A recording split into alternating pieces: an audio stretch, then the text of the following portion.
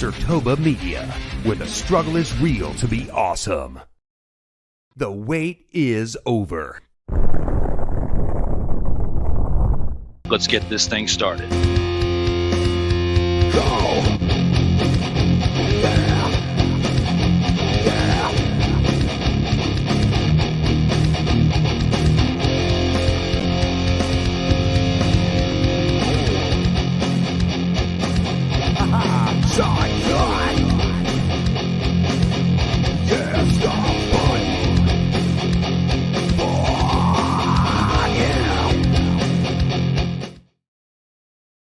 Welcome, one and all across the nation and around the world. I welcome you all to episode 110 of the In or Out Sports Debate, brought to you by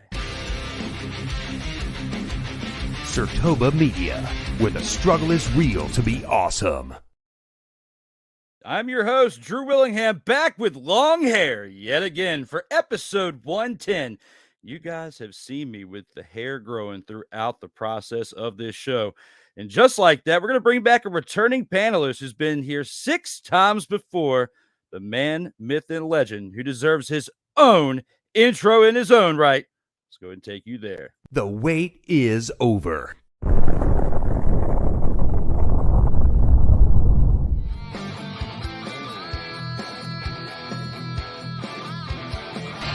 Yeah, it's a little chilly out here. It feels fantastic out here. Get your popcorn ready. It's time for the In or Out Sports Debate with your hosts. Hello, everybody. Darrell, Owens, Legacy Maker Sports Network, along with Drew Willingham. Oh, can't stop me now. Welcome back, my man, for the 7th time, Darrell Owens. Hey man, look, it's a pleasure to be back. Episode 110. Let's get it, man. Like the In or Out Sports. Get my words out. The In or Out Sports Debate. We about to get this thing rocking and rolling tonight. I'm excited to be back for the 6th time. Let's get it. 7 is now here because this is time for episode 110 between us. You decide, the fans. We got multiple topics. We're either going to be in or out. You're going to tell us if we're right or we're wrong, if we're siding the right way or the right way, even if we agree or disagree. You let us know out here in the comments, and we'll get to you here shortly with that. But when it comes to things that we get to first at every episode's beginning, we have to acknowledge the vault of fame. Acknowledge me.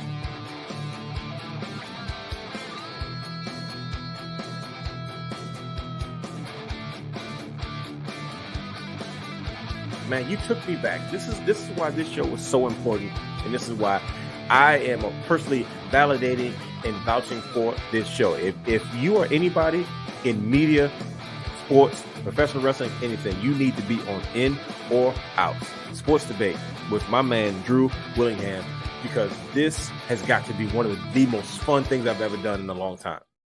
Ladies and gentlemen, that right there is the In or Out Sports Debate Vault of Fame, which you can check out on these audio platforms, listening to it on Spotify, Amazon Prime, Google Podcast, and more, as well as on the SIRTOBA Media platforms on Facebook, Instagram, X, YouTube, and as always at SIRTOBA.com, where the struggle is real to be awesome. We are back for episode 110.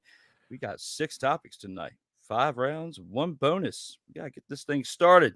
Got to see the new graphic here for round 1. Round 1. Man, look at that hair. Look at that hair and that championship. And that, we'll get back to that in a minute. But right here for round 1, Kyrie Irving must lead the Mavericks to an NBA championship this year, or his legacy will be negatively impacted. When it comes to this one right here, Darrell, how do you feel about this one? Do you agree with the topic here? Are you in or are you out on this one? I'm actually out on this one.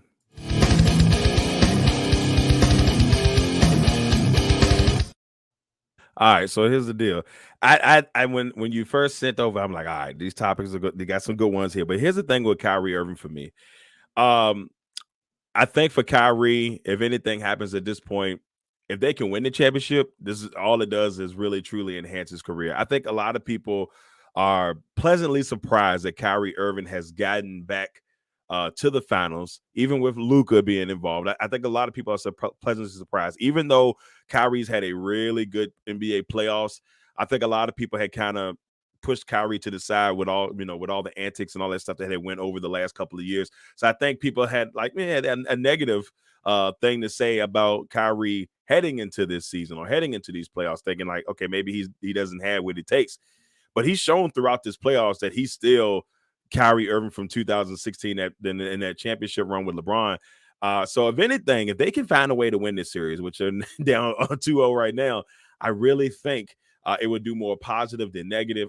Even if they lose, I think a lot of people have a little bit more of a positive look at Kyrie right now, just because what they were able to do this playoffs.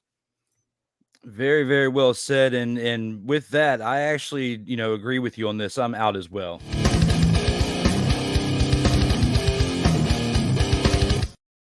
Back to that hair again. We'll get to that championship here in a little bit as well. I know you guys are waiting to see old Big Sexy, the championship. You guys here for the Every Belt Has a Story episode with the guys from Championship Culture. You know all about that. But when it comes to this topic right here, Kyrie Irving must lead the Mavericks to an NBA championship this year.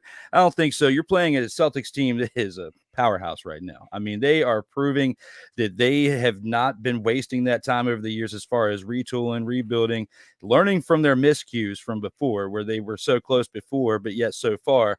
And it looks like they've overcome that to this point. It doesn't matter who they would have faced this year at this point, in my opinion. Even the reigning champion Nuggets, I don't think that they would have been able to hang with the Celtics at this point, with the way they were banged up a little bit too. So when you look at what they've built with, Jason Tatum and Jaylen Brown, and of course the old man still there, Al Horford, 38 years old. That man, as much as he's been a part of the NBA for so long, deserves to go out with a championship. And I think if they win in the style that they are this year, they could send him out the right way if he decides to hang it up with, a championship. But at the same time, he could decide to come back next year, try to repeat, because everybody kind of likes to do that. It worked out for Elway in football, and it worked out for some others in other sports too. But we'll see what happens if that is the case for this year, because it is not over yet.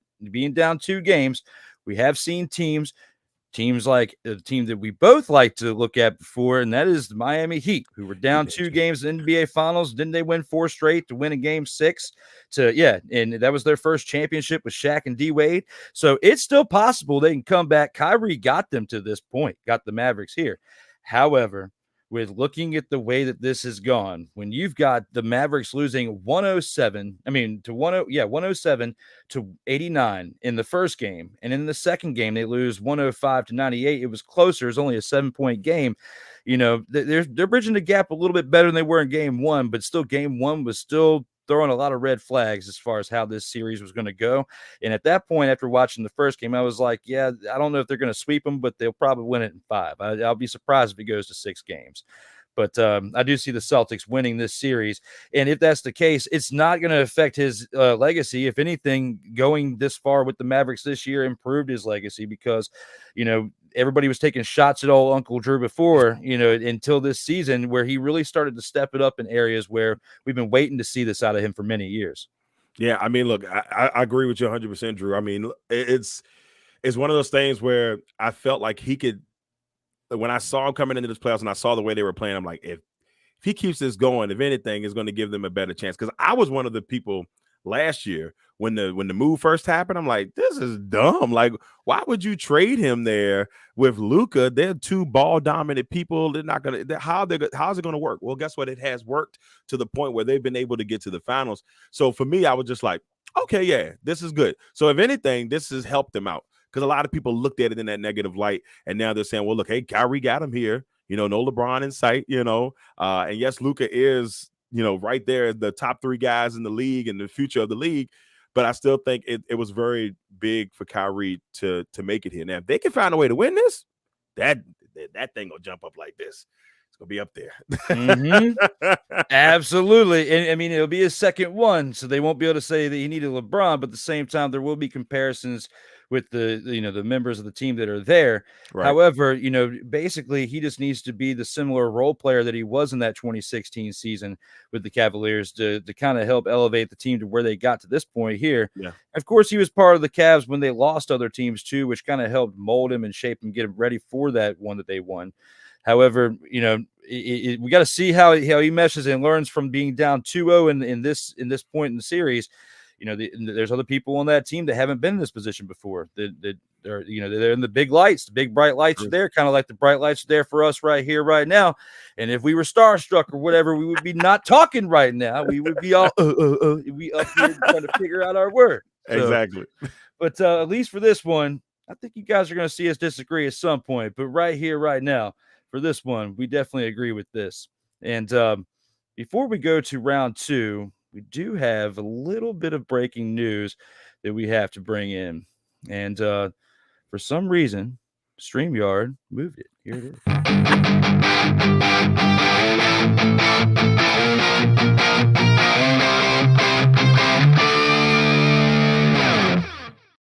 That breaking news is this. Next week, Trios Edition is back. Woo-wee. Cole Johnson is back for the first time since episode 47. Kyle Nash called him out on the Student of the Game podcast. And Cole Johnson accepted on our Total Football Talk show that you can see on Monday afternoons. So here we are. Put this unit together.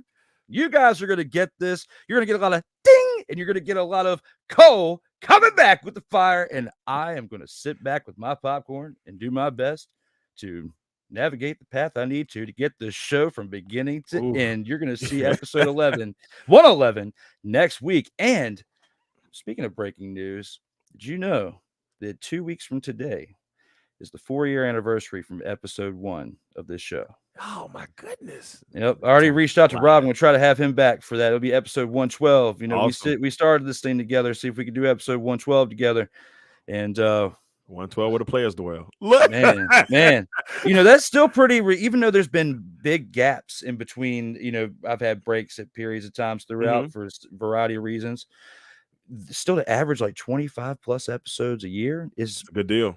That's still pretty respectable, because I had that one run, I kind of ran myself to the ground. We'll talk about that later, but hey, we ran a lot of episodes at one point, had a lot of fun, and a lot of different people got to be a part of it. And hope to bring a lot of people back on too, just like yourself, because this is the most fun project I've had out of all of them. And to have it on a championship belt, which again, at some point, you're going to get me fired up to where the belt comes out. It's coming. Big red. It's coming. What big red at? It's coming.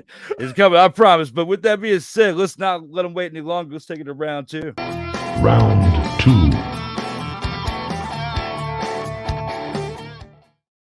Here with round 2. When it comes to the NFL, its introduction of first down technology is beginning of the end for the notorious chain gang. Think about this here, Darrell, and all the exposure we've had when it comes to the NFL over the years. What do you think when it comes to this topic right here? Are you in or are you out on this one? It's a splitsy for me, but I'm definitely going in on this one. All right, so I'll give you my real quick out. The reason why I was leaning out on it for a little bit was because, one, it's part of the game. It's the tradition of football. Those guys out there, it may be very small, it may be something very light, and you're like, okay, those guys are just there.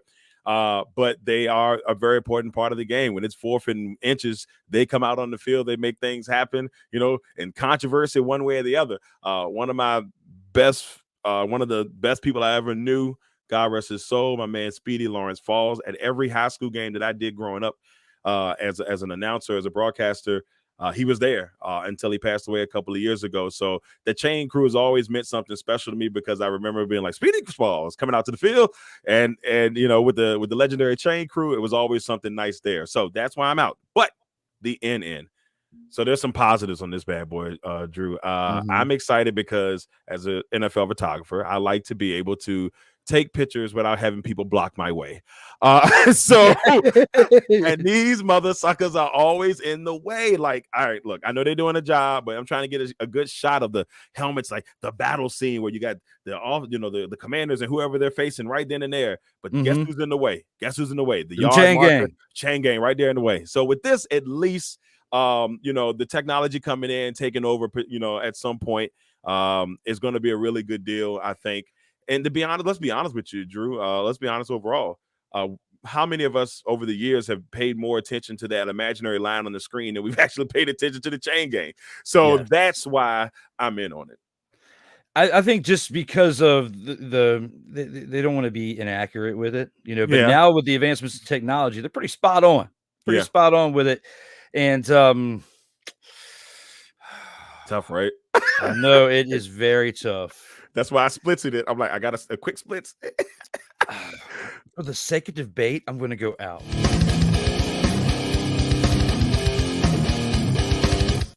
All right, it's time. Big Red. Uh-oh. It's here. Here it is. The W doesn't stand for Commanders. It actually stands for Willie Wood. It's my personality I get into on the wrestling realm when I go into promo mode with Brian H. Waters. And they give me my comparisons because he's Hollywood Brian Waters and I'm Willie Wood. So that's between all that, we got every show that the SIRTOBA Media brand has here that I'm a part of. And one of these things that basically constitutes is sometimes in matters of being wrong, you can be right. Okay. And right here, right now, that might be the case.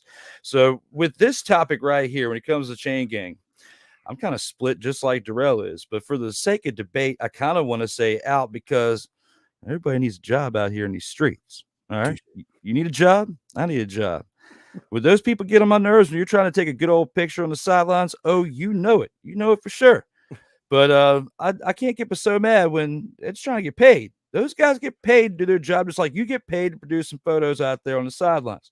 So it's competition. Money's money. You got to make it. They got to make it by being accurate. Now, the one thing that would be great if we did rely on first down technology solely going forward and not having the chain gang anymore would be there would be less injuries on the sidelines when running out of bounds at points because you've had so many cases in the past of somebody tripping over the chain and tearing ligaments in their leg and even worse. I mean, there's been some bad cases and you go and look it up. I don't want to watch the videos, but I'm sure somebody's out there has put highlight reels of it, of just things that happened between the 60s, 70s, 80s, 90s, and beyond, because that's when our video technology was enough to where we can make this stuff out on the sidelines. Now, I'm going out mainly for the sake of debate here. However, again, we need jobs out here too. Sometimes we rely on technology a little bit too much. And I say that I might be a hypocrite, the fact that we're relying on technology right now to get our message across to the people. But right here, right now, for the sake of debate, can't agree with everything. I got to give you something. And I gave you a little taste of Willie Wood. But when we truly disagree on something at some point with 4 more topics ahead, it's coming. I've got it ready to rock and roll whenever we need to bring it on out. Big Red is in the building, y'all. If y'all didn't know, Big Red is in the building. Look, bro, this is part yours too, man. Like I cannot wait for at some point we're going to take a picture with this thing because, if it wasn't for you and that first episode we did with Brian H on Legacy on Fire, I believe it was what we did together. Oh yeah, WrestleMania, yeah. Would have never led to being on here. It would have never led to the friendships I forged with the fellas of the wrestling realm to lead to championship culture that's part of wrestling realm, making this custom belt for me. So you're a big part of this, even though I might go into promo mode at some point in this episode, I understand you're a part of this thing too. So I can't wait to we're going to get this picture at some point. It's everybody's championship. Like the fans, this is going to be how we unite out there. We're going to put these pictures on the website, the fan section. Come on, Big Red. Big Red. Big Red. There it is. But you guys let us know out here in the comments. You've been kind of quiet tonight. I know we're starting a little late. My apologies on that, but it is what it is. But bring those comments in. We'll see you after our first commercial break. We got a lot in store for the next 4 rounds on the show.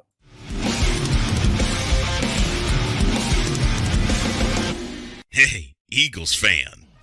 Join my man Cool McCain and a host of others as they break down every single game, every single week in an objective manner and also from a fan's perspective as well. Remember, this cast feels just like you. Nobody likes you. And you don't care. Fly, Eagles, fly. Eagles Elite Podcast. Every Wednesday at 8:30 p.m. Eastern on YouTube and other podcast outlets.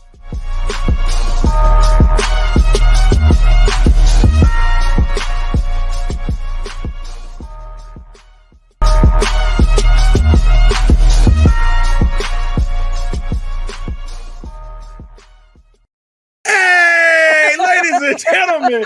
Hey, look. Hey, stop playing games. Y'all already know. Go ahead and toss him some Willie Bucks. Ain't nobody playing around. Hey, $ DWillie87. Go ahead, hit him up on the Cash App, and go ahead and give him some Willie Bucks. Look at Drew looking stoic, ladies and gentlemen. Stoic on that $10 bill. So go ahead, slide my man over some Willie Bucks, and we good. That's all I'm saying. We good. How about some Willie Bucks? Drew Willingham. In this case, yeah, you put the blame on Kyle Shanahan for apparently not preparing the team enough for the overtime rules, supposedly. Cole Johnson. Peyton was considered a winner, and he was the darling of all darlings for Darrell. With a special appearance by Tyrone Alizé McDummy. Ain't nobody calling me. Text delete. Join these two football enthusiasts as they give you Total Football Talk. Live every Monday at 4 p.m. Eastern, 3 p.m. Central on the SIRTOBA Media and the Comey Media YouTube channels.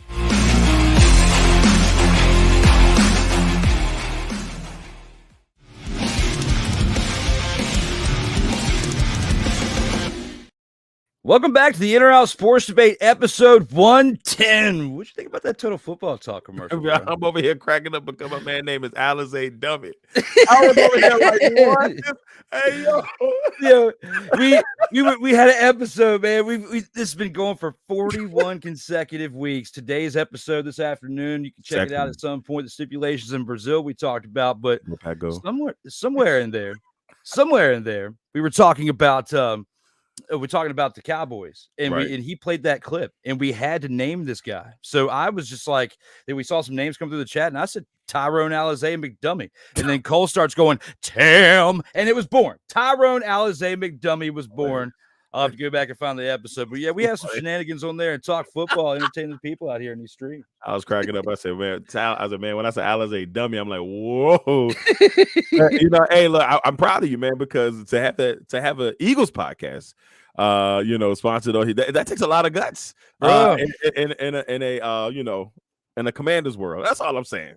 And Commanders colors are primary on this coat. I mean, you see the logo behind I know. I see it there. Look, billboards up. We're rocking and rolling out here today, brother. If you know what I'm saying. Yeah. But no, when it comes to that, you got to support the brothers out here. You got some commercials. You let me know. Yeah, I'll throw your commercials on here too. I mean, I wouldn't be here without you. So I don't mind sharing the commercials. I'd have a rotation of them, but yeah, that's tonight's plethora of commercials. We got one more commercial break later, and you got a funny one coming up there too. You just wait. There's more funniness and shenanigans in store. But guys, again, episode 110. We got two more topics before we get to another commercial break. Absolutely. It's time for let's get ready to rumble. Round 3.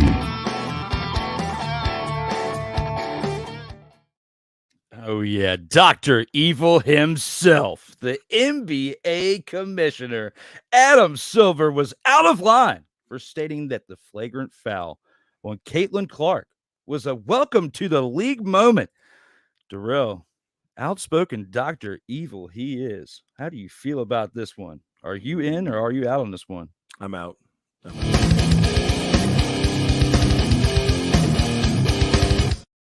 Hey, look, man, it's sports, like we've all seen where they would have these welcome to the league type of moments. Every rookie has those moments. You know what I'm saying? Every rookie has those moments. So what he's saying is not wrong.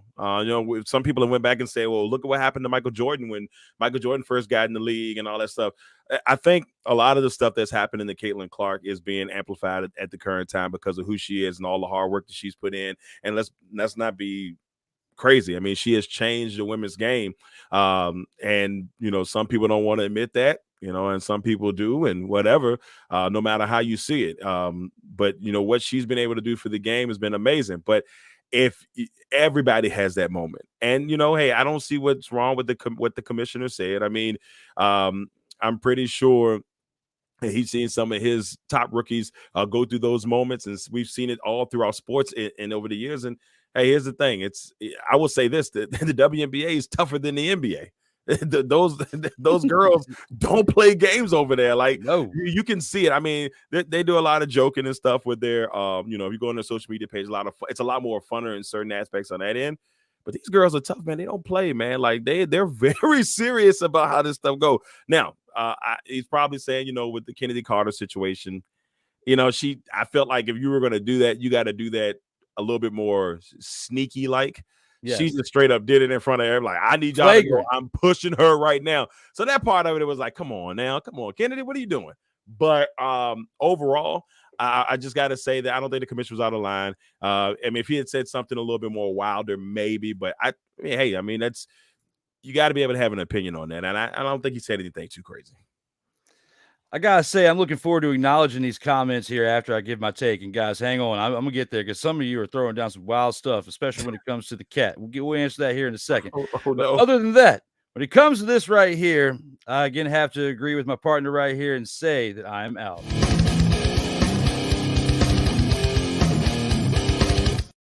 The only thing that's out of line is the fact that he allows himself to look like Dr. Evil. What is that? What's the guy on Star Trek? What's the guy? The ball Patrick guy? Stewart? Patrick Stewart. I could. Yeah, when you said Picard. Yes. Yeah, I couldn't remember his name on there. Yeah, I knew Patrick Stewart, but I was like, I couldn't remember his name. Like, yeah. But yeah, dude. No, we're not having X-Men up in here. We're not having all this wild stuff, when it comes to our NBA commissioner. We're not having, Dr. Evil. And the name of the cat, by the way, we'll get to your question, but it's Mr. Bigglesworth. That was the cat for Dr. Evil. But we'll get there in a minute. When it comes to this, yes, they do look like brothers, cousins, father and son. Who knows? Probably more relation than his son, Scott, on Austin Powers. But I'm getting too far into this movie. Need to reel it back in a little bit. When it comes to Caitlin Clark right here, flagrant foul was definitely obvious. It was obvious to all of us. Was he out of line for making the statement? No. It kind of was a welcome to the league moment. She kind of had it a little bit easy. There's been a lot of hype around her. I remember when she went on the Pat McAfee show and trying to negotiate some type of come on their weekly deal. Like, yeah, there is a lot of hype around WNBA right now, but you kind of need to know your role and wait until, you are at that platform enough to where you can start dictating if you need to be on a show one day a week. Okay. On somebody else's show that's well more established than you as a WNBA basketball player. You just had a nice little run in college basketball. And I mean, it's respectable. I'm not throwing any shade at you right here. But when I look at the fact that Dr. Evil himself is speaking, okay, without doing this, kind of had to acknowledge the one-up and just say, hey, we got to make some news about this guy right here. And I also need an excuse to have a Dr. Evil graphic because I kind of wanted one when I've always thought about the fact that he does look like Dr. Evil. It was time on episode 110 to give you the comparison between the brothers. I mean, I'll bring it back on up here. You tell me out here in the comments, am I right or am I wrong? They could be related. Father and son, even though Dr. Evil would be aged to this point. Just imagine what he looked like back in the year 2000. He could have been the stunt double for Dr. Evil before he was an NBA commissioner. I'm just saying, you guys tell me out here in these streams, in the comments. I mean, I had to take it to that level. I mean, I had to add some additional layers to what you were saying. And all I could think of was Dr. Evil, Scott, Mr. Bigglesworth. We're going to answer these questions in the comments right now. As, of course, if you are watching right now, subscribe now and never miss out on new content when it comes to what you see here on SIRTOBA Media, where the struggle is real to be awesome. Corey Mance here says, what's good, fellas? Hey, killing it as always. My guy. Yes. Undisputed champ in the building, baby. Let's get it. I can't wait to get up with him, too, and get him to hold this championship. He's part of this, too, as many times he's been on the In or Out Sports Debate. We've been there, we're supportive for each other. That's a great dude right there. That's another one like we were talking about. That's been, a great person's coming in my life thanks to you. So again, all this stuff that's been building out here where the struggle is real to be awesome is a big part of you. So keep it down over there. We'll keep it down over here. Collaborate out here in these streams. And Melvin says, yo, what's up, fellas? Sorry I'm late. Just saw the post. Well, I appreciate you jumping in and also laughing at the Dr. Evil graphic.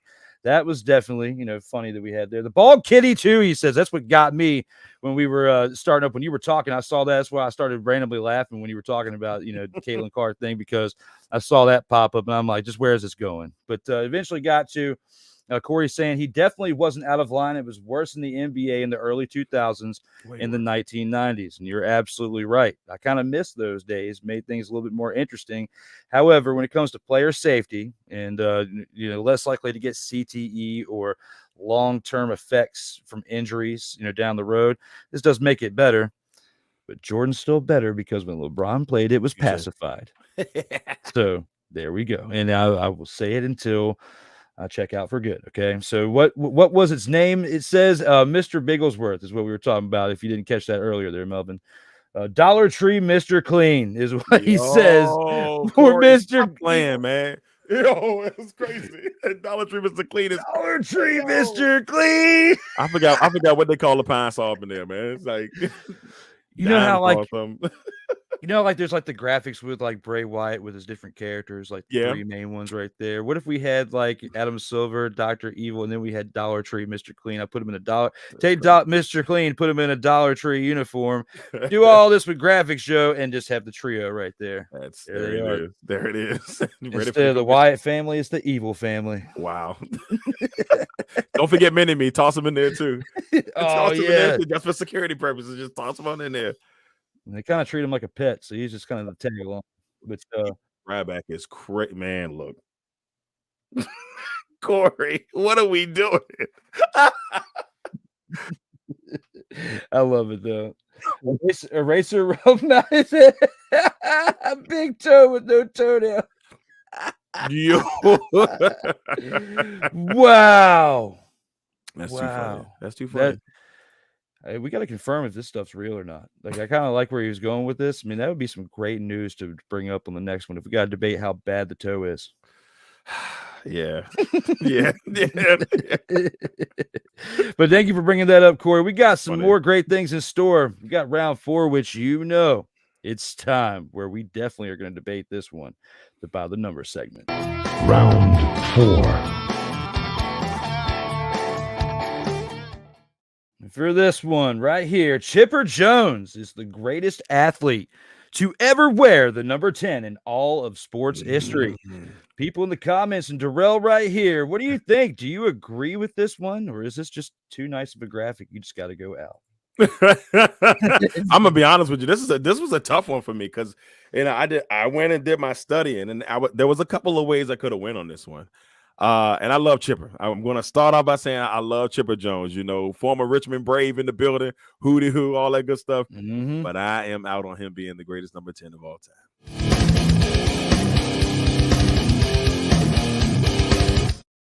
All right, so here it is, y'all. Look, it's kind of difficult for me because I was really trying to figure this out. I mean, I think the obvious answer here, in most cases, would probably be Pele. You could go with Eli Manning because of the 2 Super Bowl rings and everything he did for the city of New York, and to win into that situation is winning under Peyton's shadow. But I am going to go, and I can't believe I'm saying this out loud, especially as a Packers fan, but I'm going with Fran Tarkenton. Wow. The 9-time Pro Bowler, the former MVP, and the man is right here from Central VA himself. Hey, look, if it wasn't for Fran Tarkenton is what every quarterback is today, especially the mobile ones. He was like the first major mobile quarterback in the NFL. And it's just something about, when they call you the scrambler, first of all, the nickname is absolutely too cool for school.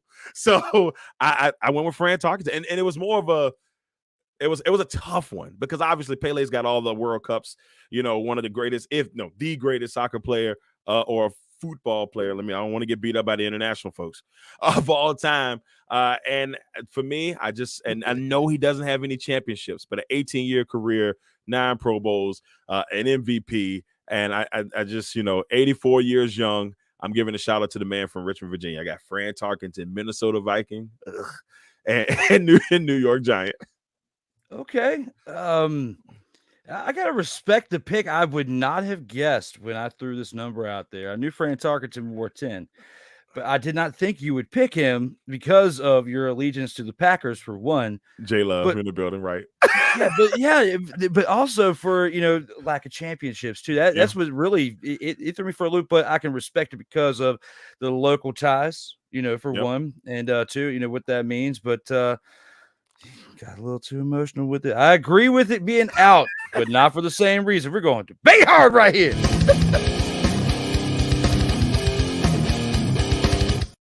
Wait, turn on the Jets all episode long, and we finally get to do it, and I get to take a break at the commercial break, so that way we're all good, okay? But right here, right now, when it comes to round 4's by the number segment today for episode 110, Chipper Jones, the greatest to wear number 10? No.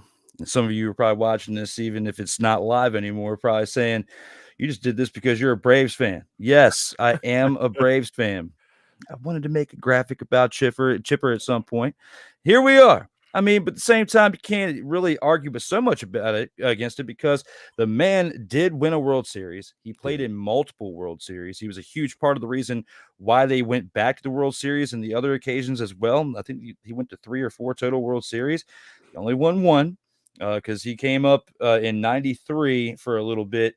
Then we had the strike in 94, and he got hurt during spring training, so he didn't come back until 95. So he didn't play it all 95. His true rookie year was in 95. With the World Series, he won there that year, as well as he won a World Series when they won a couple of years ago because he was a coach for them when they won in 2021. So he has 2, one as a coach and one as a player. I still don't think that's enough to warrant him to be the best to ever wear the number 10 in all of sports history. And the greatest to wear 10, in my opinion, was in a different sport, and it was actually in basketball. And I got to give this to Walt Frazier. Walt Frazier, 2-time NBA champion, 1970 and 1973, both with the New York Knicks.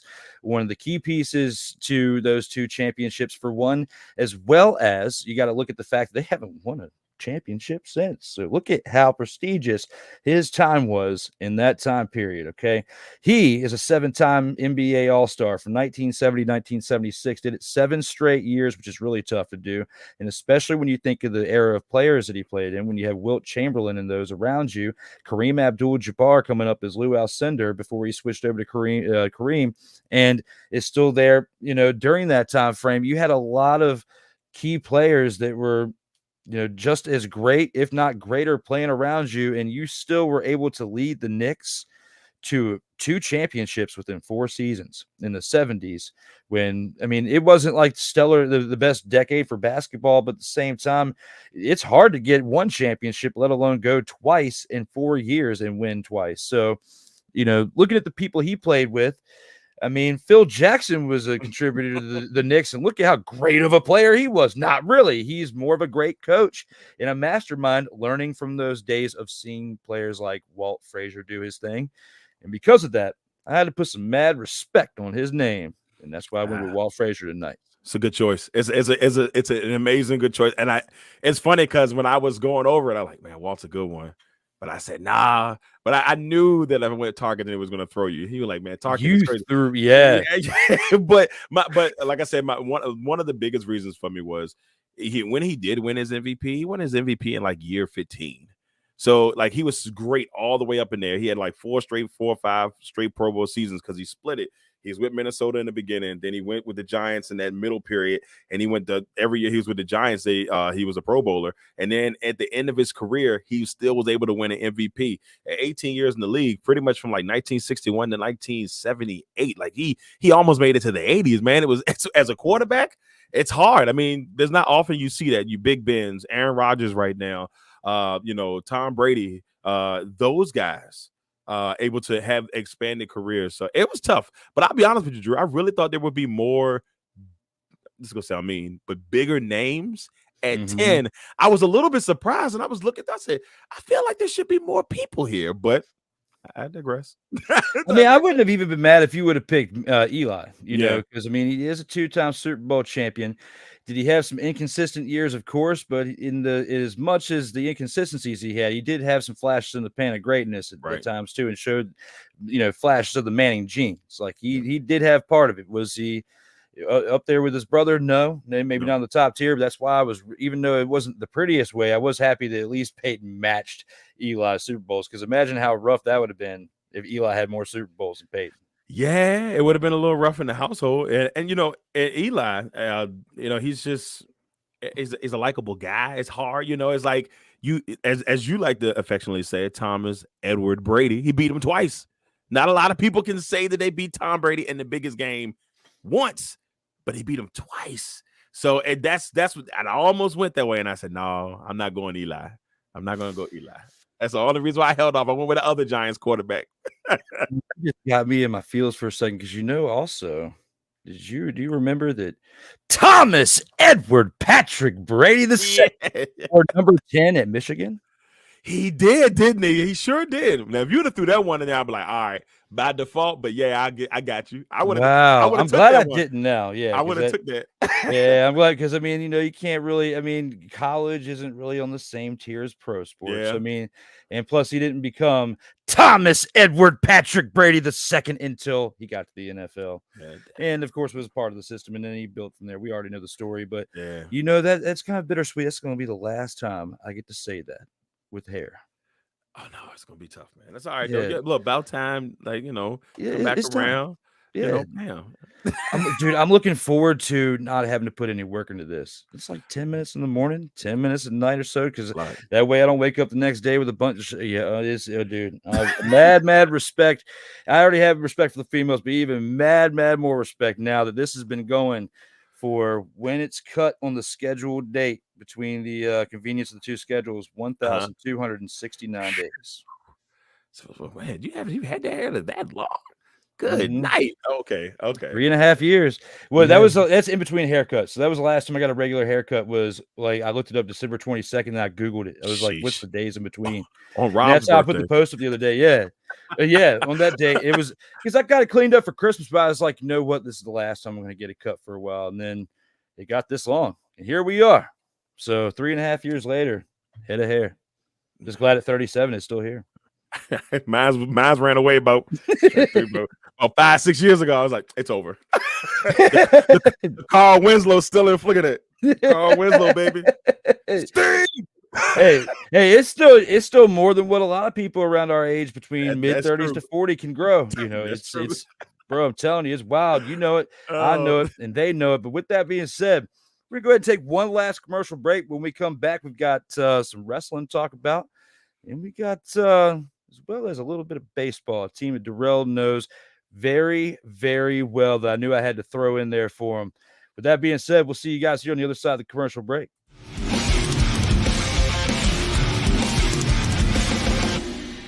Everything Boston. I love you morons. New Kids on the Block, New Edition. Dear whatever the law firm is. Sincerely, the U.S. Supreme Court. Ben Affleck, Matt Damon. Go yourself again, Jason.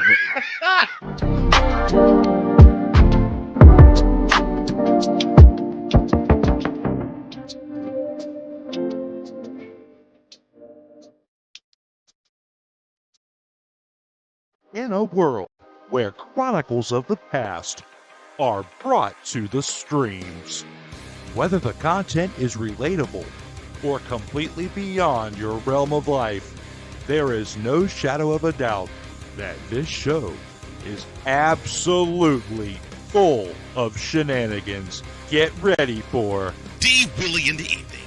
This Sunday at 10:05 p.m. Eastern. Exclusively on SIRTOBA Media, where the struggle is real to be awesome.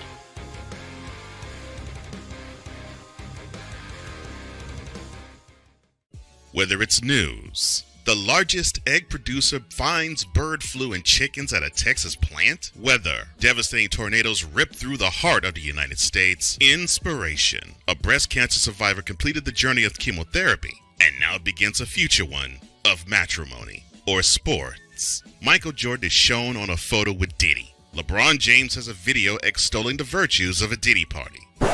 This has been yet another beating a dead horse presentation. We got you covered. BS3 Network proudly presents The Morning Shift with Cole Johnson, live every weekday morning beginning April 29th at 8 a.m. Eastern, 7 a.m. Central.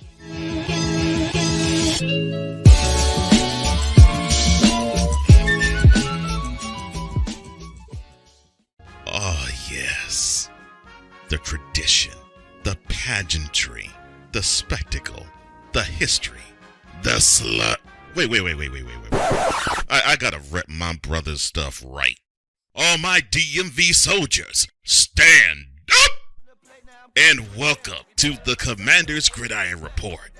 You want your commanders to be repped right? Well, D. Willie is your man. Commander's Gridiron Report. Every Tuesday at 11:05 a.m. Eastern, 10:05 a.m. Central on the SIRTOBA Media YouTube channel. Music by J. Cool. Where my soldiers? Right side. Commanders. Where my soldiers? Left side.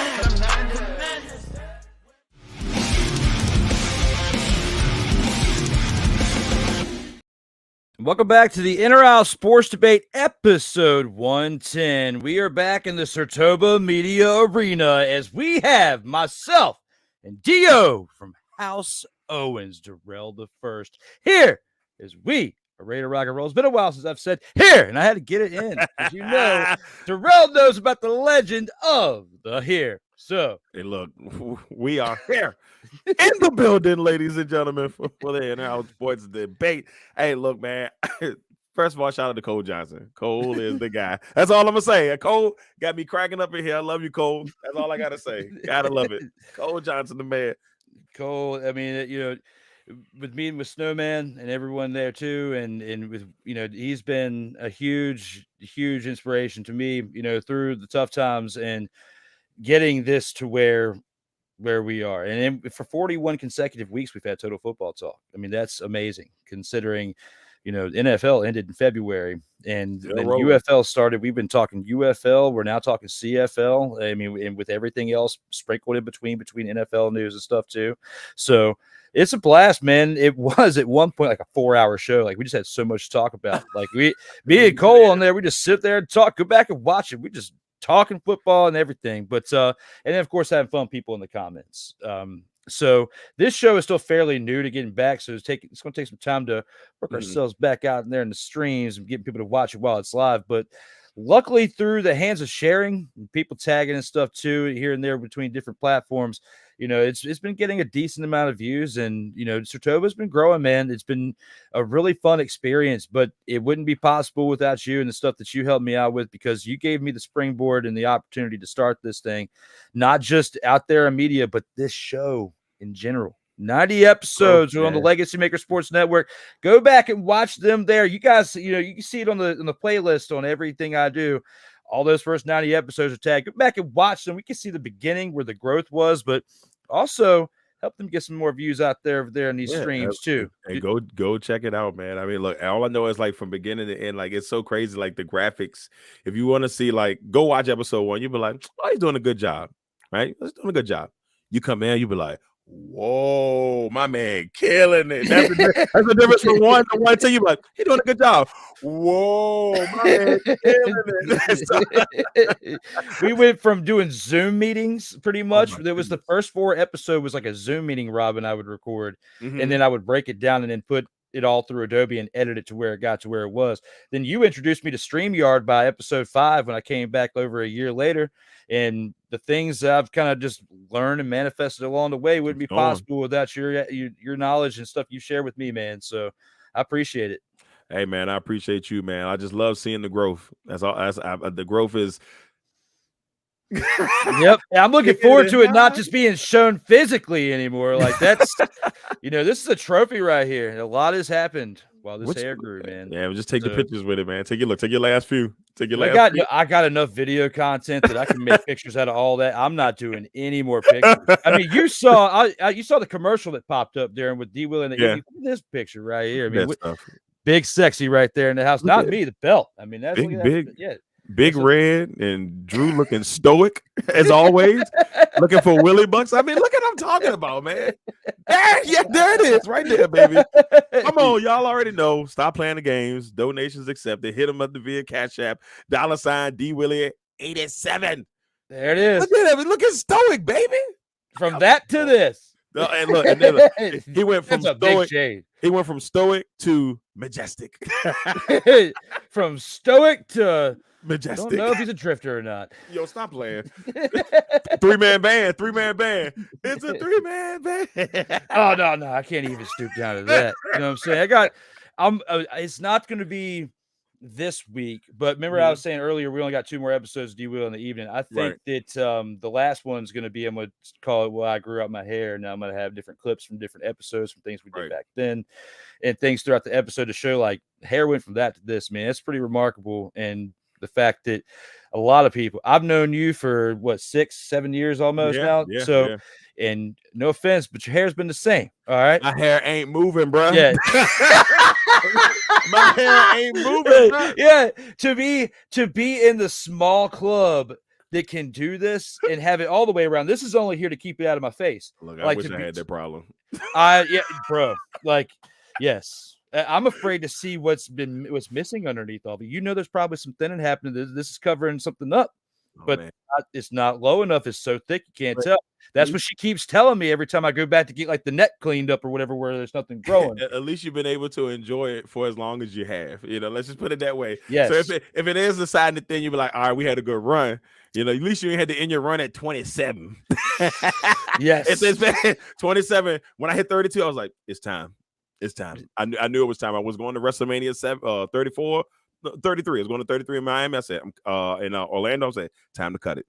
Hey, but you know what? You traded your hair for something even greater, and that's kids. You know, because the kids took it away from you. All right. Yeah. But they're part of it. You have built, besides Legacy Maker, you built your own legacy in your family, which is even more cool. So I probably would not be here if I had kids right now. We'll see where my hair is at if I do get that lucky within the next 5 to 10 years. Okay. Oh my God! Look, I'm gonna tell you, bro. Look, once they kick in, the stress level just changes. Like you ain't just stressing for yourself; you stressing for them, your wife. And everybody's like, it's too much. And then this happens. Oh no, the Carl Winslow, baby. Well, for you and for everybody else who couldn't, I've been living it on for them. But just as we said earlier, anytime. And just as we said earlier, it's coming off this week. So we'll have that announcement later. But just like you're talking about the kids, PG-13 movies and shows, they allow you to have one cuss word, and it's coming up right now. Surprise, motherfucker. There it is, right there. That bonus round. And for this right here, the Seattle Mariners' success this season is solely by the strength of their pitching rotation. How do you feel about this one right here? Do you agree with this? Are you in or are you out on this one?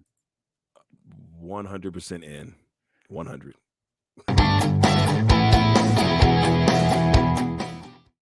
All right. So look, when you come down and look at it for the Mariners this year, look, 37-30 right now on the season. I'm loving what I'm seeing from the crew.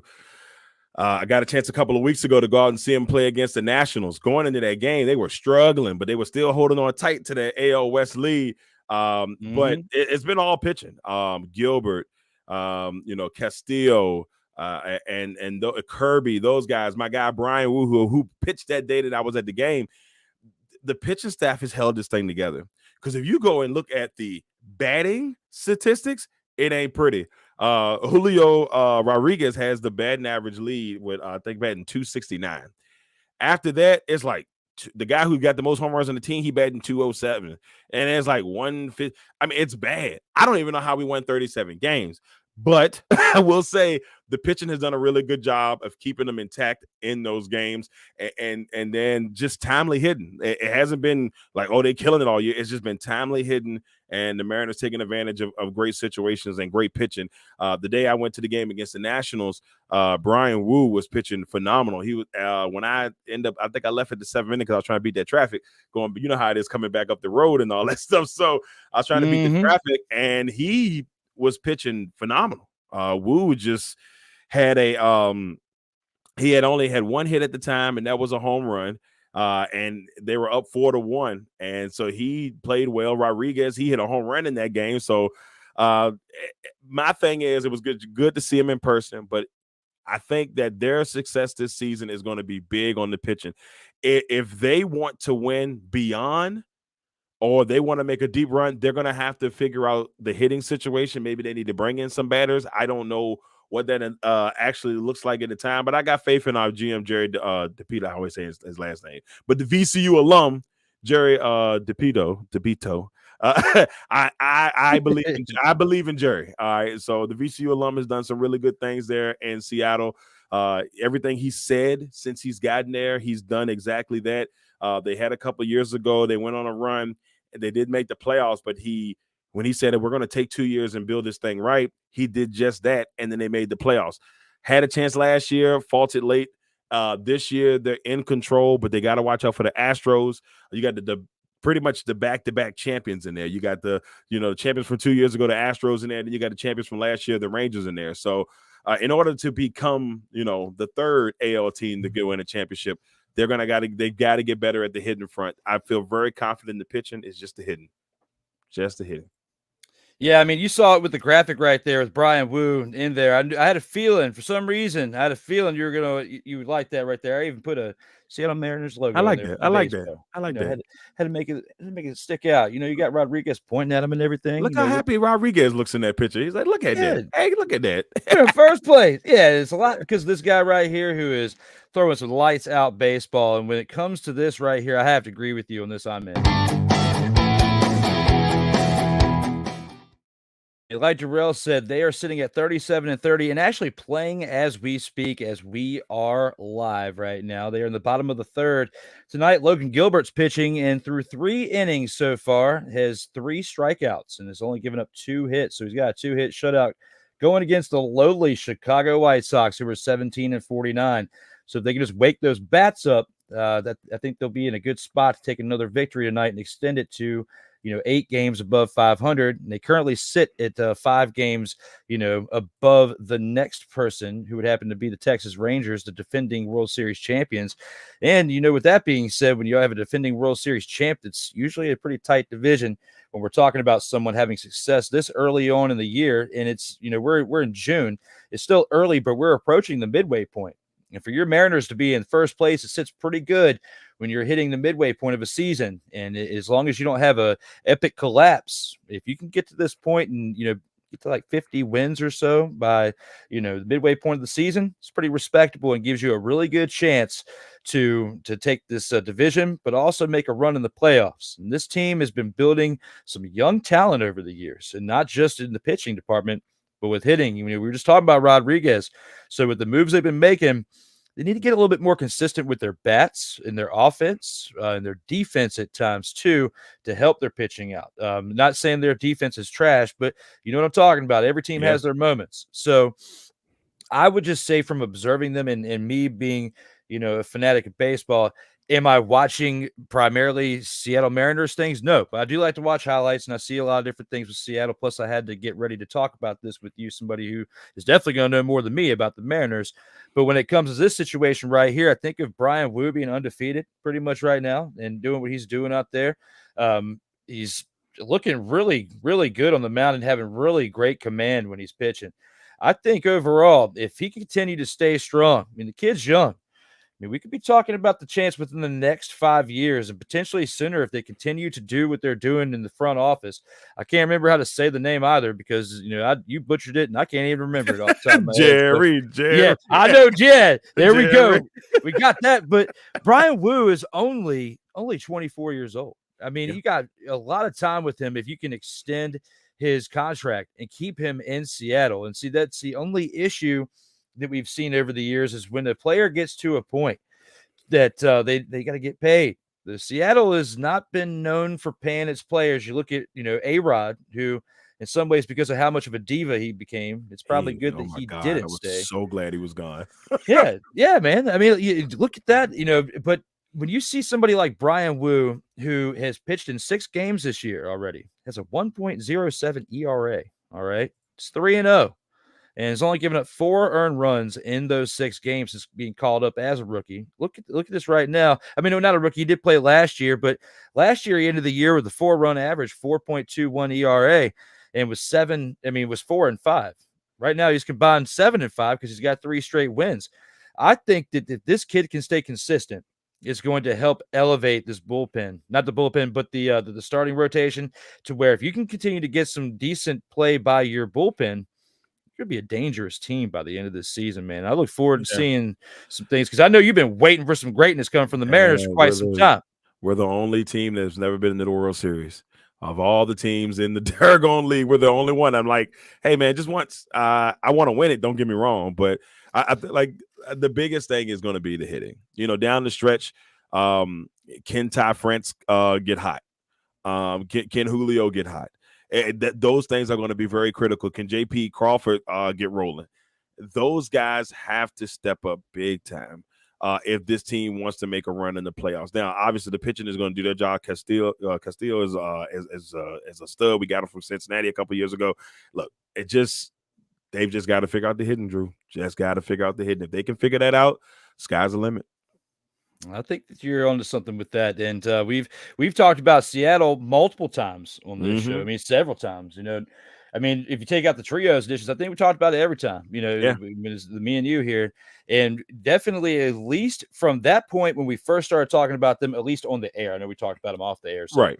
But at least on air, the team has grown. It's big time, big time. I'm happy to see it for you, man, because when you can do it within and build through the farm system, I mean, you got something truly special, and especially when we're talking about 24-year-old pitchers who are undefeated, and we're almost at the midway point in June. It's a good deal. I just hope they keep it rolling. I like the young staff. I wasn't a big fan of Service at first, but it looks like they finally got their niche going. So go, Jerry. Keep it, make it happen, baby. There it is, because I remember that when Scott Service came in. They're like, I don't know about this one right here. Get rid of this guy. Yeah. He must be it was like a placeholder champion in wrestling, like a placeholder that's long enough to pass the off to somebody else. Yes. Yeah. SummerSlam. We'll see. Hey, we'll see. Maybe Clash of the Castle. Maybe Clash of the Castle. Maybe Drew McIntyre's due to get it bad. I mean, there's so many angles, and we got wrestling coming up here shortly. We can spin some things in different directions there.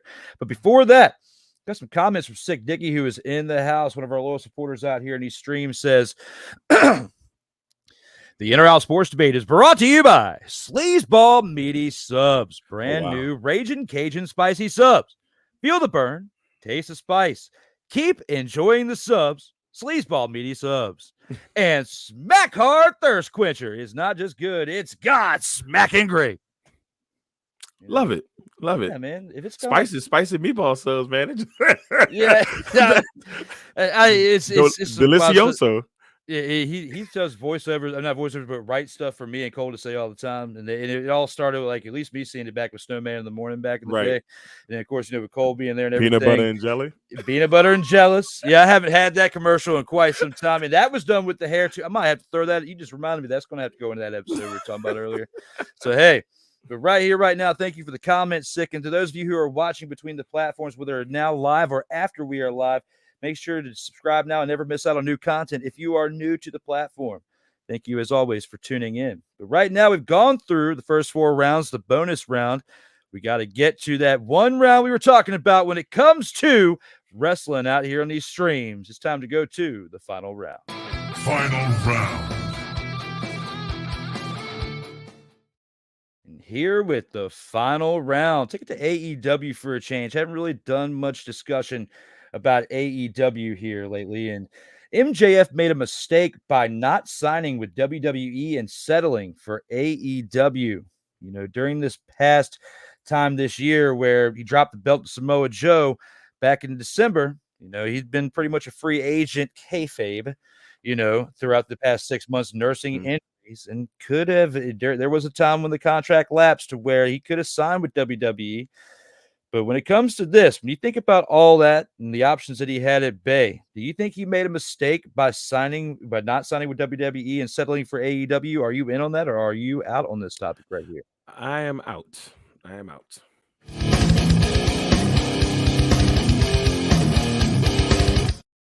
So my biggest thing with this was, at first I thought it'd be a good idea, man. If it didn't happen at the Rumble, I think at that point I was like, it would have made a lot of fun because, you know, right around the contract lapse, it would have been cool. But the more and more I thought about it, you know, WWE, one problem that WWE does always has had, especially the last couple of years, is sometimes having too much talent and not being able to showcase all their talent at once. And even though I think, you know, MJF could have came over and done some really good things, and you know, maybe, you know, back battling with CM Punk, maybe something with the Miz, since they've always talked about him, you know, being some type of a Miz type of guy, you know, whatever. But I think he did the right thing by staying with AEW. I think he would have probably got the more money going to AEW, staying with AEW. But also with that, I think like he's the man there, you know, like. I mean, they've got a lot of great talent. And don't get me wrong, the Daniel Bryans, the Okadas, you know, they've got, you know, Hangman Page. I can go on and on and on, but his, you know, brand there is big. So it would be hard for him initially. I think he has to get a little bit higher to maybe even where Cody Rhodes was before he left to come back to WWE. You know, to maybe make a real impact in the WWE. Because I'll be honest with you, I don't know if I see him as a world champion in WWE. To me, he's a great Intercontinental champion. He's a great U.S. champion. I don't know if he would be ready to be the world champion at that level yet. And I think right now, AEW, he's perfect for AEW being the world champion. He's great in that title mix. He's great on the mic. So I think as long as Tony doesn't mess it up, and just keep that thing rolling. And, you know, Giannis, I'm in the no, I'm sorry. That's I saw the video the other day. I couldn't help myself. But yeah, I think with that going on, as long as you know, he can keep building up there and they keep pushing him the right way, when that next contract does come up, I think he'll be ready for WWE. Very, very well said. And I think it's time for this. You guys want to hear a fucking story? I'm about to tell you a story right here because it's time. Even if it's for the sake of debate, it's time. Yeah, I disagree with you. I'm going to say greener pastures, man. Look at the talent pool that is in WWE. Look at the health care.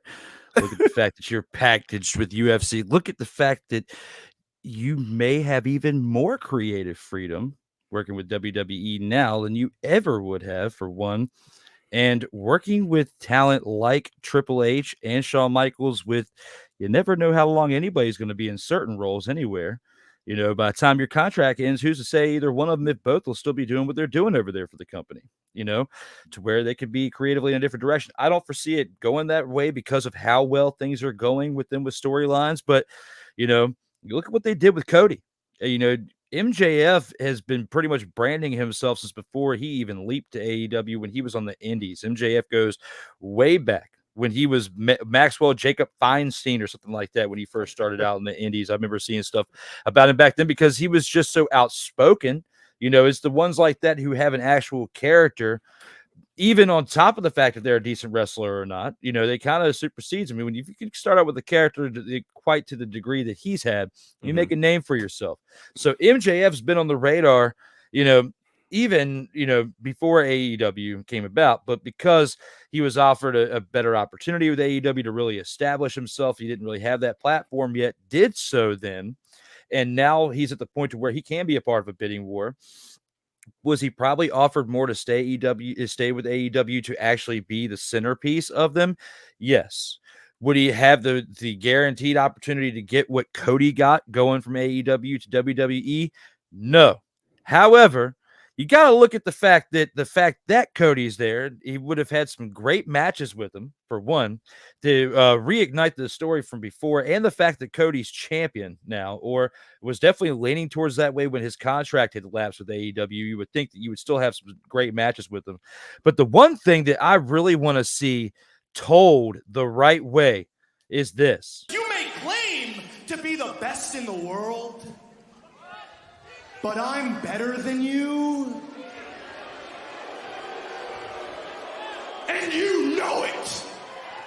Because AEW didn't take full advantage of this feud right here. They dropped the ball in certain aspects to where in the WWE setting, that would not be the case. So you can fix the storylines with CM Punk. You could have, had a run with Cody, as far as maybe tag. I don't know. You could have done something different along the lines of having him there and then competing for different championships too. You got NXT, which I think MJF's bigger than NXT at this point by what he's done with AEW. But I think that Tony Khan offered him the stars and the moon, and he said, like it says in this statement, settling for AEW. I feel like he settled for AEW because, yeah, they might have offered him more money and the opportunity is bigger in the land of AEW, but the opportunity in professional wrestling and building yourself up even bigger than where you were before your contract had ended before. You have a better opportunity by building yourself and your brand in WWE by just taking the chance to go there, because you could always go back to AEW. It's not like Tony Khan wouldn't take you back. He'd be stupid to not do that if that was the case in 2 years if it didn't work out with WWE. But I think with the age of MJF at this point, he's not like a Brian Wu that we were just talking about, who's 24 years old and is that young. He's not old either. I mean, he's only a few years older than that. He's 28 years old. But looking at it right here and now, I got to say, right here, I think he dropped the ball here, because wait until you're in your 30s to go to WWE. Might not package him as well as if he'd taken the chance while he was still in his 20s, and they could have had a lot more time to work with him on things that they think that he may need to adapt to for the WWE way. Or he could fit right in. Yeah, I mean, and that's the thing. And I really feel like this is one of those situations that I don't think it could have went wrong either way, I think personally, if he goes to WWE, like you said, he could have had a great storyline, especially the CM Punk one. Like they were cooking, and it like you said, it just did not feel like they completed that the way they needed to complete that. There's a lot of CM Punk and AEW that didn't get finished the way we thought it would have been finished. It would have been nice to see some things get cleaned up there, but it just didn't happen. But I will agree with you. I think he could have went over there, done some really good things, made some big money. Could grow. He's way too big for NXT.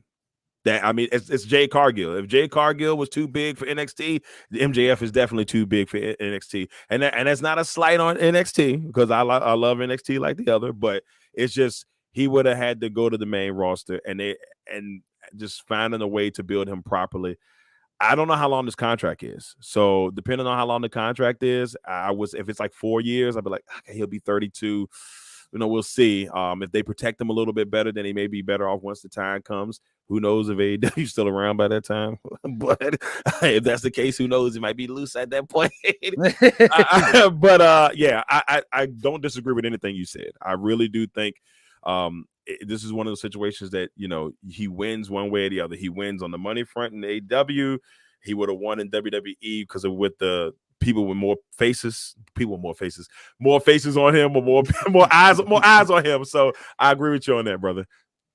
Oh, my brother, testify. Get the tables. It was fitting.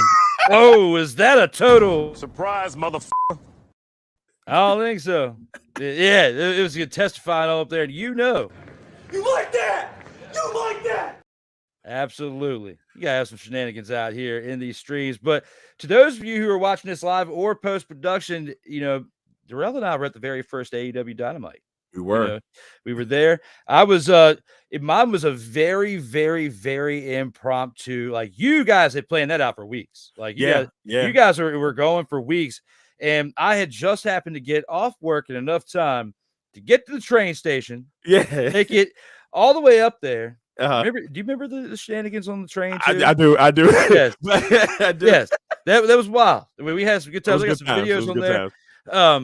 But yes, AEW Dynamite, the first ever one on TNT in Washington, D.C. We were both there in attendance and it got up at a couple times during said show. Didn't make the decision for me to go in time to get a seat close to you, really. Right. But then, as we got there, it wasn't too far off from you, so we were still able to get up. But that was some wild times. Yeah, it was funny because I remember we talked on the phone and you said, Darrell, where's the way? Is the way? I said, man, we in DC at AEW. He's like, did they still got tickets? You think I got time? I'm like, I looked at I said, well, I mean, I think you do. And he made it up there. Bro, it was like 2:00 in the afternoon. Y'all were already there because you were there getting lunch and stuff, chilling, checking out the fan experience and stuff. Yeah. You were like getting in there early to see what it was all about and everything. I got there right as the show started. Like I remember I rolled up in there as the show was kicking off. Like the first, it was wild. But it was fun. It was fun at the same time. Yeah, it was fun. It was definitely fun. So Yeah. if y'all were looking for sports and shenanigans at the same time. You got the right one, baby. Absolutely. Bringing it back. It's over 30 years old now. We're old, man. Good guy. Woo! That's my movie. Oh, the funky butt liquor. Funky butt loving. Funky butt loving. Yes, that's what it was. Yes. And speaking of funkiness, we got some comments we got acknowledged. Sick Diggy's back in the house. And after the smack hard thirst quencher throws out, if D-Lo Legacy got his stomach rumbling, it's not my fault. There it is. Sick coming on in. Talking about the sleazeball media sub. There's a reason MJF called this year the bidding war of 2024. It was about drumming up hype and promoting himself. MJF knows where his bread is buttered. So, he got the better contract with AEW, but tested the waters to see what options were out there and built his own case to where he got more money, but also more than likely more power. He might have been able. We don't know because in his recent comments, he said that it's nobody's business for the length of his contract and the details of it. So how do we not know that he didn't slide into an EVP role for AEW because he's been there since the inauguration of it, since they were building the foundation of it, and learned under the Cody Rhodes tree, which Cody didn't do a horrible job. He just wanted to continue to elevate his personal stock as a wrestler while he still could physically. Like he's still in really great shape and took advantage of the situation with WWE. How do we know that MJF hasn't matured enough at 28 to not assume the role? Because the other EVPs are not doing the greatest job of it. They be out there wilding, man. The EVPs be wilding. They got to tighten it up out here in these streets. Tripping, man. Woo! And Sick also says when a talent jumps promotions, they usually have fit into current pecking order and have to deal with backdoor politics. Yep, you're absolutely right. Yeah. It's in a lot of places, unfortunately, but it is what it is. When it comes to MJF, if he went to WWE, it wouldn't be guaranteed that he'd be on the main roster. They would have sent him to NXT just to humble him. Yep, and that was along the lines of what we were saying in the moment between both of our takes, but mainly you. But for me, I had to give him the hype. I had to say he's going for the sake of debate. Diva, get the table. Oh, my brother, testify. I didn't say it quite like you normally did. I had to give myself time to click that button, but we got that button clicked, and here we are. As Stream Elements wants you to know, if you are just tuning in, subscribe now and never miss out on new content here with SIRTOBA Media, and also check my man out over here on Bowie TV Sports, as well as Legacy Maker Sports Network.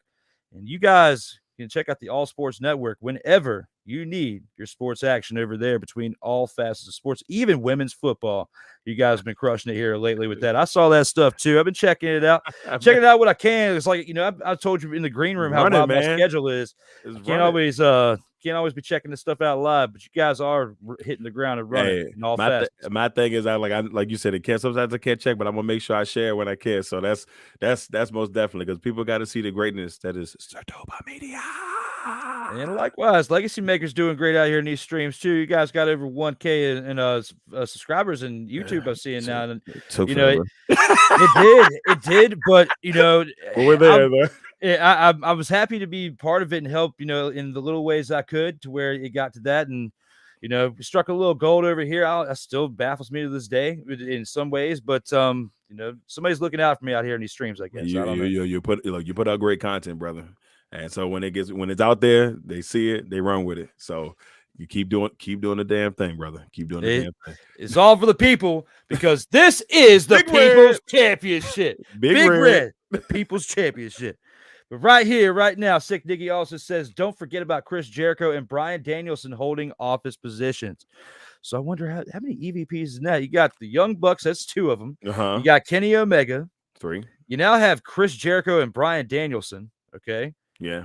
So maybe and MJF I think is the AEW 6 instead of the Wyatt 6. Right. There it is. Yeah, he got to have some pull in that bad boy. Tony Khan overseeing it all. Who knows? I mean, that's a good point there, Sick. I forgot all about Chris Jericho and Bryan Danielson. I know they're the OGs, but I didn't know they had, upstanding office positions like that, like the rest of those EVPs. I remember Danielson. Bryan Danielson, I know, was a part of the committee that helped send CM Punk on his way. Yes. So I knew he had some type of role of it because of that. I didn't know Jericho was. I'm not surprised though, because Jericho, has sacrificed a lot to help build AEW, and get that brand to where it was. I mean, like in the beginning, he was the man that was, to be honest with you, I think he helped bring a lot of eyes to AEW. Everybody was singing Judas. I mean, the vibe was different. I kind of missed that vibe in AEW though. I really do. He's still using his music, but I don't really like his intro music now. He got a lot going on. He's in like 1 week he's like the Rainmaker or the Painmaker or something. The next week he's like Lionheart Chris Jericho, and then now he's the Learning Tree Chris Jericho. There's been so many Chris Jerichos in the last 2 years, bro. Like COVID made that man go crazy. There's been so many Chris Jerichos in the past few years. I don't know which one I'm going to be tuning into each week. It's like this guy. Yeah. Call him Chaz the Chameleon or something. I don't know. Something out here in these streets. He's wild. But Sick Diggy also says, I honestly think AEW's management and corporate structure is a complete disaster. And you guys know about one of my favorite terms I like to use, and that is dumpster pelican. Dumpster fire. Oh, no, dumpster fire. Dumpster pelican, yes. And he has a dumpster pelican-esque situation going on over there. And if this was Total Football Talk, I'd play the clip because I don't have it right here in this arsenal. But you guys who watch know that I rank the dumpster pelicans. It's like a list of dumpster pelicans on there, and I rank them. Whoever in the moment is the worst. In this moment right here, Tony Khan would be at the top. Then right in second and third, you'd have the EVPs themselves, the Young Bucks, because they just look like somebody I want to punch in the face when they walk out to the ring right now. I'm sorry, man. There's something about them. I know they're good wrestlers, but it's something about them that I've never been like, oh man, the Young Bucks. Everybody be hyping them. I'm like, they're all right. They all right. I mean, I don't hate them. They all right. They're like little mini Shawn Michaelses. Like, they just in the one. It's like in this case again. You guys have seen me like earlier. If you watched Total Football Talk, I had the hair pulled back, and I didn't even wear this. Like you could see the line and everything. Like, it's not like the Nick Jackson's where he has to wear the bandana, kind of like Hulk Hogan, to hide how much that hair is running away from his head. His hair is long in the back. But you've got more of a front line with yours if you let it grow out than he does. That's not good. That is bad. Cut it, my guy. Cut it, my guy. Cut that unit. Cut that unit. It's horrible. Always wearing some type of Pele hat to cover that unit up. But don't forget Le Champion and the Ocho. Yes, when he won the ROH championship. The ROH World Championship became Ocho. Yeah, man. I'm telling you, spin a wheel and pick which one you're going to be for the day. Just, the list. I know WWE days, but List Jericho was probably one of my favorites. Jericho. Mm-hmm. You just made the list. You just made the list. That was definitely a great time. And when it comes to making that list, you can't handle the truth. They never could handle it when you made the list. I love the list. Love the list. But there it is, ladies and gentlemen. We have to now do something that we've been waiting all episode to do here towards the end. Darrell knows because he's been there 6 times before. It's time to get there to number 7. And that is the Vault of Fame. Acknowledge me.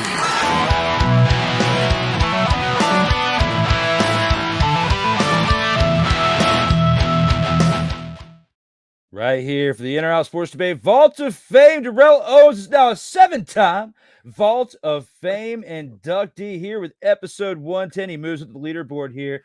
He was tied with Corey Mann for 6th place. Now moves up to 4th place from 5th place. It is now in the 4th place lead. You got Joey Raymond, Rob Johnson, and Kyle Nash just barely ahead right there. But then you got 3 panelists tied with 4 appearances, 6 panelists tied with 3, 9 panelists tied with 2, and 17 panelists tied with 17 appearances by 17 different panelists for their first time here to make 40 different individuals to be on the In or Out Sports Debate, brought to you by SIRTOBA Media, where the struggle is real to be awesome, which you can check out on these platforms right here. But Darrell is now locked in the vault one more time. There he is, here, the Vault of Fame inductee. Got as many championships as Chris Jericho, the Ocho. Hey man, I done caught up with. I done beat the Bulls, so I'm feeling pretty good there. Like, I don't know if I can catch old Bill Russell, Kyle Nash there. He's gonna pick up number 12 next week. So yeah, he's hauling them in, man. He's hauling them in. He's been crushing too. You know, straight up. You know, Kyle's been a big part of this too. Mm-hmm. You know, Wednesdays and Fridays he gives us. You know, the Student of the Game podcast on Wednesdays and Duval Dive on Fridays. It's airing live. So I mean, the content, we're now at like 320 some videos, and it hasn't even been a full year since I launched the channel. Like this is really cool, man. And you know, again, you know, you being here 7 times. That's how big a part of you are of this championship right here, the logo, everything. And you know, they always told me it's about the tip. You got to have a tip on that unit. It's got that gold tip on the end. So it's all about that. So we got that straight over here with this. All custom out here. I love it. In these streets. But yes, at some point, sooner than later, we got to get a picture with this unit right here. You got to hold it, but just we won't have the Kevin Nash anymore. Kevin Nash, like here, is gone after this week. So, but no, you here 7 times. Thank you as always, brother. And, you know, we got to do one more thing that we do at the end, and that is the final word.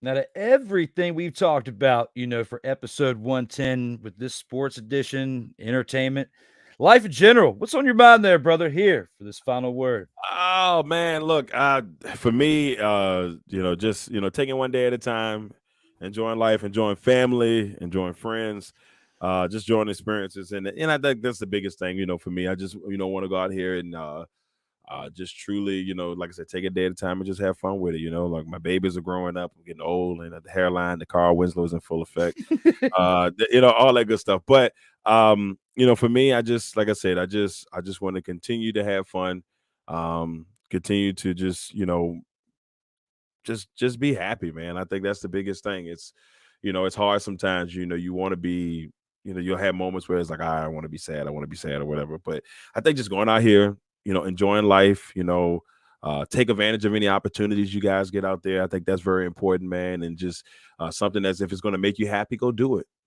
That's the one thing I'm going to say on my final word, man. Just if there's something out there, go do it. You know, last couple of weeks have been tough here and there. Some good times, some bad times in the last couple of weeks. This last month has been a roller coaster for myself. So what I will say is just, hey, go have fun. Go enjoy life, man. And you know, if you get good opportunity, take that sucker, run with it. That's my final word. There it is. There it is. And I love that final word. And I'm going to piggyback on that a little bit myself, because this is the last episode with me with hair. And, I've said it a few times, you know, in the past hour and a half, but there's been a lot. Like Darrell's talking about the past month, and I've been there with him. We had a really great conversation before we started this show. That's why we were a little late starting. So my apologies. That's more so on me. Just catching up, because time flies, man. We're getting old, and we get wrapped up in what we're doing. Like he just said, he's got babies growing up. One just graduated, about to send one up to college and going through that experience. And, you know, we all have a different hand of cards we're dealt, and we rock and roll with each and every day. You guys have been a part of, you know, my journey here too. And this hair is like a trophy. When we started the first 4 episodes in 2020, in June 2020, it was June 24th, 2020. Go back to Legacy Maker Sports Network and look at that very first episode. I did the other day. And, we were talking about before the show about not crying or anything like it in moments to where I've kind of been emotional the past month because of, like he was saying, loss of a good friend. Same here for me. A different friend, but still, terrible circumstances. And, going back and watching that episode and putting, the things together that I did for a night, you send your mind in different directions, makes you think, appreciative of what you have today, because what could have happened on that day when my body decided, I could have not survived it, for one. Okay. Two, the people who didn't want to give up on me because they misread situations and certain things in the past, I wouldn't still have them around and wouldn't still been able to, I guess, lean on them in times when times were tight to, still have a show like this and still get to this point. There's a lot of where I've been before over the past 4 years, now close to 6 years since being full-time in the media game, throughout the majority part. There's my DNA everywhere. Okay. Am I the greatest? No, I'm far from it. I'm very damn talented as a personality, though. And when it comes to as a producer, yeah, but we all have things we got to grow with. And that all came with this hair. And, talking about how you got to take opportunities and run with it. I had an opportunity to grow out my hair. Here it is. You got it. Somebody ran with it. Yep. And what makes me feel even greater about it is it's not for a lost cause. I'm donating it. And somebody out there battling something far worse than you or I, maybe perhaps ever will personally, even though we know individuals who haven't been there and supported them, who lost their battles with different types of cancer. This hair is going to go to somebody who can't grow any hair, and to help them with their confidence, get them through the day. This is going to be on top of their head. And for me to be able to do that, for the past 3.5 years, for one, to have the ability to do it now at 37 and a half almost, is pretty remarkable, considering what my body's been through, the changes that have had to be made and throughout, and the loyalty from the people who've stuck around really means a lot, because there have been others like Darrell talking about opportunities, and sometimes you give them one or you show them the door there and the knife's kind of stabbed there at some point in the back. Here, now, and there, and never. I will say there will always be a platform here for people that I've ever worked with on this show right here. Out of the 40 people on this show, we'll always have a home to come back to. You just got to answer the text, bro. And if you can't do that, that's on you. That's not me. But here we are now. Growth is real. People have made mistakes out here in these streets. You can only acknowledge them, but so much. Either somebody's going to acknowledge them back, or you might as well just click that unviewing button, if you know what I'm saying. But right here, right now, built these out here with my own 2 hands. And I love it. But at the same time, I couldn't have done it alone. This man right here tonight, I couldn't have thought of anybody else to be here with this hair, because we've been through this hair journey together. Like he said, Winslow happening. All right. He's got the Winslow. I grew this out for all right. And he was part of the growth. He was part of the journey from start to now finish. And when I come back to you guys next week looking like a new man, you're going to say, at least we had one more great epic episode. Right. And the hair out the right way. And that's my final words. I love it. 27 minutes. Hey, look, proud of you, brother. I'll say till I'm blue in the face. I'm proud of you, brother. Hey, and look, and the good thing is, I still think you got one more run. You cut this bad boy off. I think you got at least maybe 1 to 2 more solid runs, before, we'll see though. We'll see. The one thing that the long hair is covering is where in the roots, the grays are starting to show. And I've got some grays coming in. Hey, look, I got some wisdom, grays. Sir. Wisdom. Yeah, it's the wisdom. Yep, that's exactly right. But I don't want to be like all Silver Fox growing it out either, looking like Dog the Bounty Hunter before he dyed his hair blonde. Like some people, some people get the gray, man. It's a different, different flavor. So like try to embrace it. Like I got little strands here and there. Mine's be, look, that little patch right here, a little crustal, justal, and like whenever time I cut my hair, I'm like, oh, there's one. They're in there, so they be hiding from a brother. But yeah, man, look, I think you got 1 to 2 more great runs. After this shutdown, by the time you hit the 40 mark, I think you got one more run. I think you got at least one more run. Especially when you talk about opportunities, right? Right. opportunity. They're not, I wouldn't say limited, because except for like this show and D Willie and the evening, everything else I've done in this span, and you know it, like I've kept myself looking pretty professional when it comes to the hair. Like it's not like it's, and even now it's not like all janky or anything. No, but most of the time, I got it mainly pulled back most of the time to where you think it's like the normal hair or whatnot. Right. Like most people, even when I've had they're like, "Are you putting a wig on?" Like, no, dude, this is real. Like it's been growing since 2020. It's the good stuff. It's the good stuff. There it is. Stuff. No weave here, baby. No weave. When you say opportunity, yes. When you say opportunities, I'm missing out on opportunities when I think about the amount of time I'm investing with maintaining this mane right here, for one. All right. But for two, you know, there are still judgmental older people out there that when you are maybe really?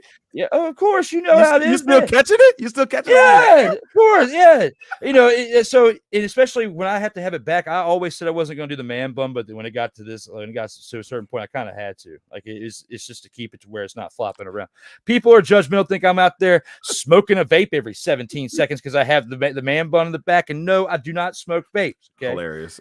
So when I put all that in perspective, I want to get back to the professional look, because you never know. You could walk into a store somewhere and somebody can try to offer you a 6-figure job. You just got to look the right way. You got to be ready.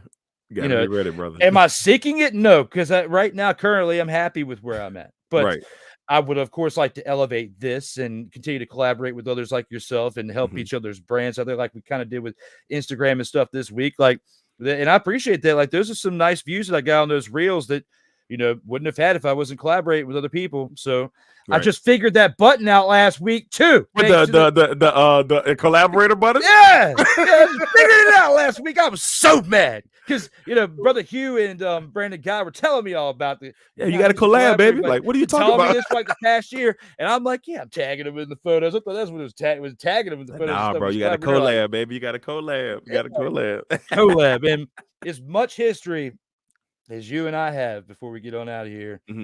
It was one of the great promos I've done I'd say in 2024 or throughout, because of the clips that we had.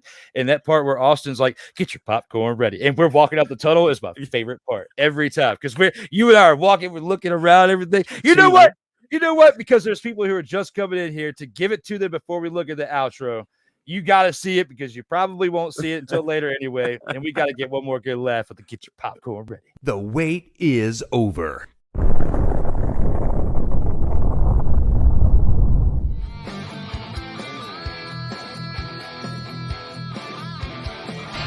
Yeah, it's a little chilly out here. It feels fantastic out here. Get your popcorn ready. It's time for the In or Out Sports Debate with your hosts. Hello, everybody. Darrell, Owens, Legacy Maker Sports Network, along with Drew Willingham. Oh, can't stop me now. That get your popcorn ready gets me every single time. Like popcorn ready. Yeah. And it is us walking out like we're a tag team about to go defend the stuff. Yeah. Get the tables, baby. Yeah. But it's crazy because like you look at it, and it's so funny. I remember the one we were wearing the red and the wind was blowing, and I was like, bro, I don't know how we're gonna do it out here, because it was so chilly. It was so weird out there the whole day. I'm like, all right, I'm over it. I'm over it already. I think that was the Lions game, if I'm not mistaken. That might have been the Lions game. Yeah, it was. And then you got me out there saying it feels fantastic, right? And you're just like, laughing. It feel amazing. Like, yeah, okay, yeah. It was. Oh my God. You gotta lighten the mood, man. You know, in situations like that where that wind, I remember that it was like piercing through. It was crazy. And we wanted, and I was the one that said, because we had our jackets on, and I was like, we need to show the Legacy Maker logo. Like, man, we took them off. We were like, yeah, all you see is this. All you see is this with the clothes. But you know, man, it was definitely great times and great highlights, and I'm glad for it, man. There was definitely some great memories along with what's grown in this hair. And Sick Dicky says, I want to see a video of the transformation episode. It'll be 26, the season finale. You'll see. It'll give me 2 weeks now to put the stuff together, so that way we can look at it and talk about it during that live stream. And gray hair or facial is great, but great body hair. No. We ain't gonna be going down all that road now. Oh man. But when it comes to this though, when it comes to the hair, when it comes to the good times, this is like a trophy. Somebody gets to enjoy it. We got to enjoy it, rejoice in the SIRTOBA Media Championship tonight. We got to go through 6 great rounds. You're celebrating great things out there personally. We're both, overcoming the struggle, but that's what SIRTOBA is all about, where the struggle is real to be awesome. In great moments of sadness, we can still dig deep down and bring some fire and greatness. And for that being said, you know where I'm about to take this to. We've only got one more thing left to do.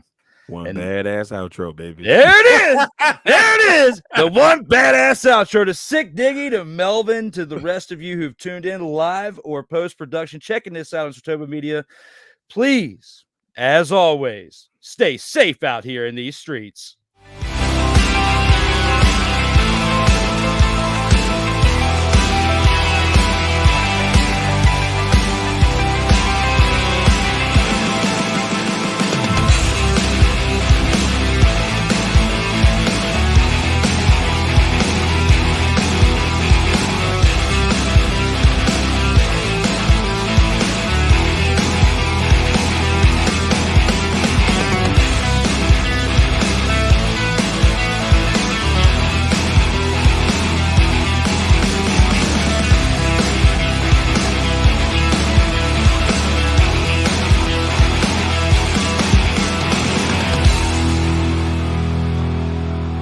SIRTOBA Media, where the struggle is real to be awesome.